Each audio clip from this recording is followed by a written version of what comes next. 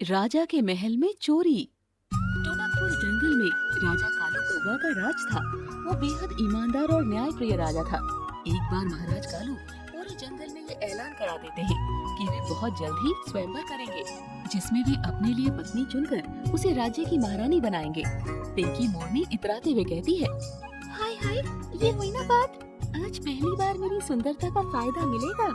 इस जंगल में पिंकी जितना सुंदर तो कोई पक्षी है ही नहीं। देख लेना, कालू कौवा की रानी तो मैं ही बनूंगी। पिंकी की ही तरह बाकी मादा पक्षी भी कालू महाराज के स्वयंवर में जाने और महारानी बनने के सपने देखने लगती है।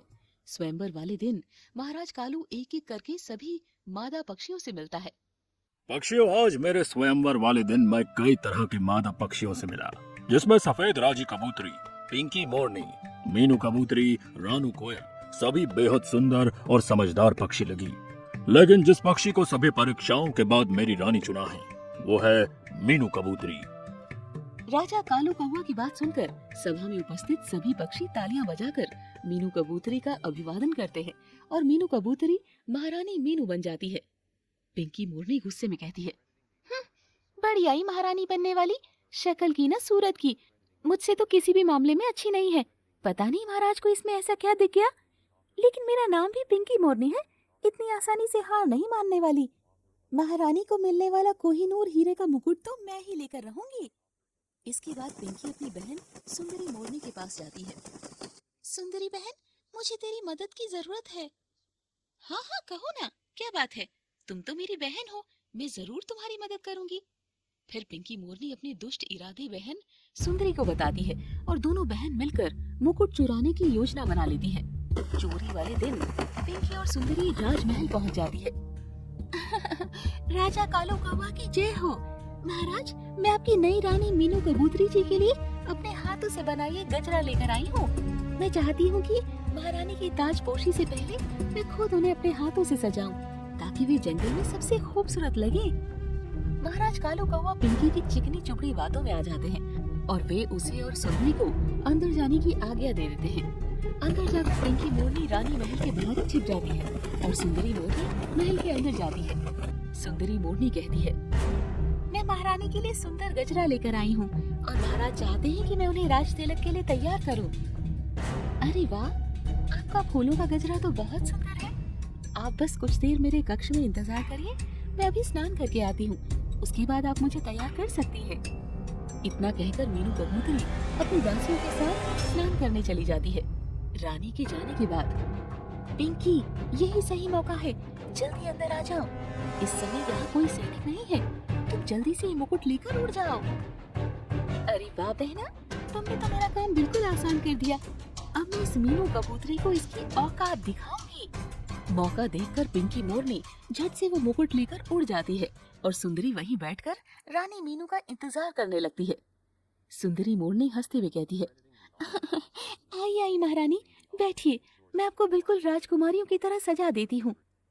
अरे वाह, आपने तो सचमुच मेरा बहुत ही सुंदर श्रृंगार किया है और आपका ये गजरा तो मेरे ऊपर बहुत ही सुंदर लग रहा है। आपका बहुत बहुत धन्यवाद सुंदरी जी। गजब हो गया महारानी जी, आपका कोहिनूर हीरे वाला मुकुट जो अभी तक यही कक्ष में रखा था, वो न जाने कहाँ खो गया है। अब क्या होगा? हम महाराज को क्या जवाब देंगे? दासी पक्षी ने घबराते हुए कहा, ये कैसी बातें करी हो दासी? अगर अभी तक वो मुकुट यही था तो अचानक से गायब कैसे हो सकता है? ठीक से देखो, यही कहीं होगा। इतने बड़े राजमहल में इतने सैनिकों के बीच चोरी होना तो संभव ही नहीं है। तभी सुंदरी मोरनी ने उदासी का नाटक करते हुए कहा, हाय हाय, ये क्या गजब हो गया महारानी जी, मैं तो कब से आपके कक्ष में ही बैठी हूँ। मैंने तो किसी भी पक्षी को अंदर आते या बाहर जाते हुए नहीं देखा। कहीं आपके किसी दासी ने तो वो मुकुट गायब नहीं कर दिया? कुछ ही पलों में पूरे राजमहल में ये बात फैल जाती है कि महारानी का मुकुट चोरी हो गया है। महाराज तत्काल एक सभा बुलाते हैं। ये तो बहुत ही गंभीर बात है कि महारानी का मुकुट यूं दिन दहाड़े गायब हो गया है।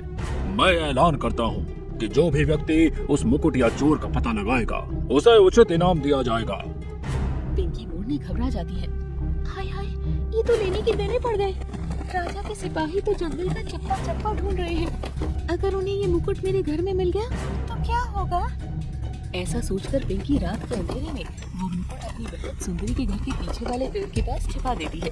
अगले दिन पिंकी और सुंदरी के घर की तलाशी होती है, जिसमें पिंकी तो बच जाती है, लेकिन सुंदरी के घर के पास से मिले मुकुट के कारण सिपाही उसे बंदी बना लेते हैं। सुंदरी मोरनी रोते हुए कहती है, महाराज, मैंने कोई चोरी नहीं की, मैं तो उस समय महल में रानी जी के साथ ही थी। आप ही बताइए, चोर चोरी करने के बाद भागने की बजाय वहाँ बैठा तो नहीं रहेगा ना?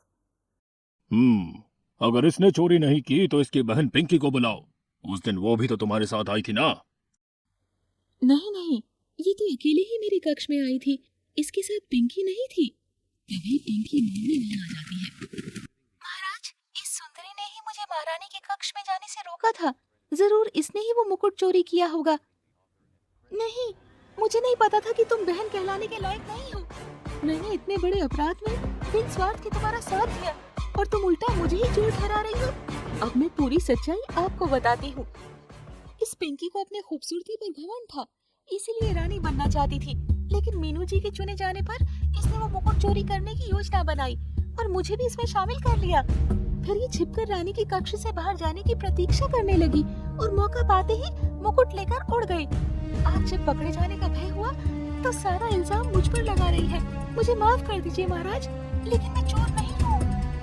सुंदरी के आंसू देखकर राजा कालू कौवा सारी बात समझ जाते हैं और सुंदरी को रिहा कर देते हैं। रानी का मुकुट चुराने के कारण अब तुम सारा जीवन कैद में रहोगी। घमंड और स्वार्थी स्वभाव ने आज तुम्हें कहीं का नहीं छोड़ा। अरे इसीलिए तो कहते हैं कि सिर्फ अच्छी सूरत नहीं, अच्छी सीरत का होना सबसे ज्यादा जरूरी होता है। इसके बाद पिंकी मोरनी को कैद कर लिया जाता है और मीनू कबूतरी को ताज पहना दिया जाता है।